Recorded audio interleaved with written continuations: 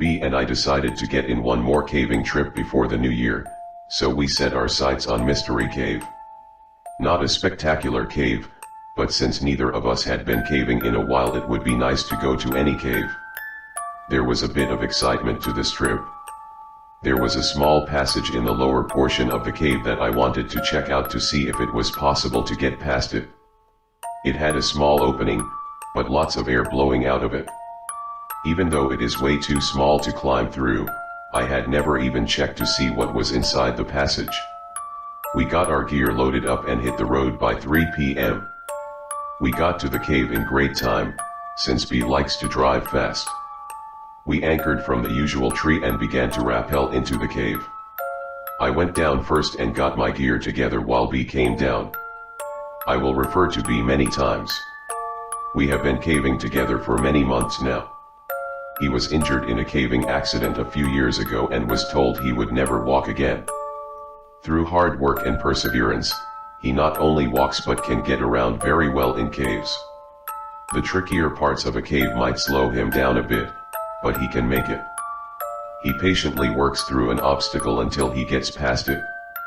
As for the reference to the small opening in the cave, there is a saying among cavers, if it blows, it goes.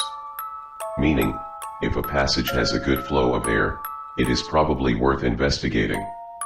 After we explored all of the usual passages, we climbed down to check out the hole. The hole is located deep in the cave, near the lowest part of the cave. It is on the side of a cave wall, about 3 feet from the floor. To look inside the hole, I had to kneel down to duck under an overhang of rock.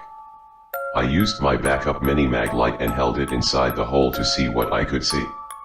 I was excited by what I saw. The wall around the hole was about 3 to 5 inches thick. It led into a tight passage. The passage opened up a bit just inside the hole. It continued back about 10 to 12 feet in a small crawl space. After that it seemed to really open up. Although how much we couldn't tell.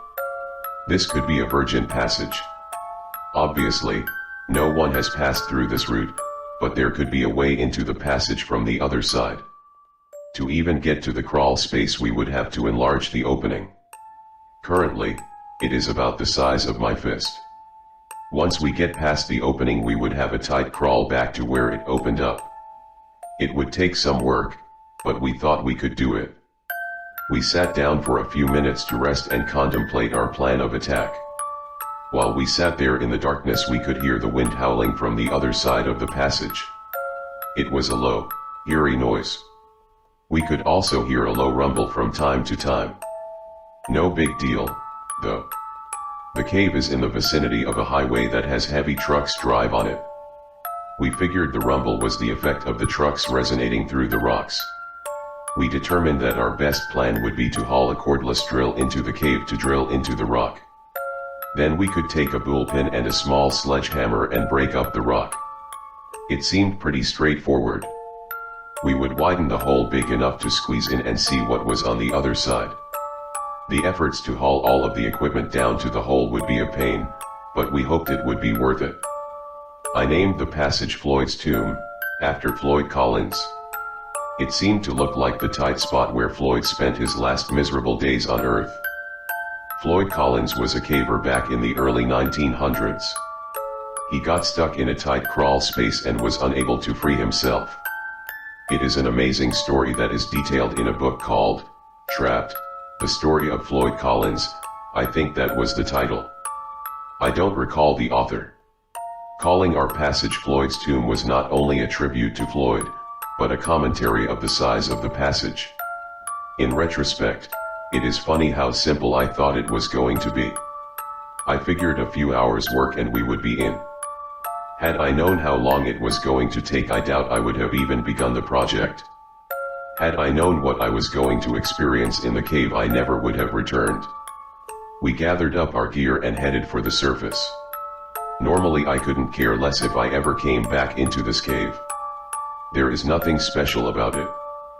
But now I was psyched about getting back and getting through. We hadn't even left the cave and we were planning our return trip.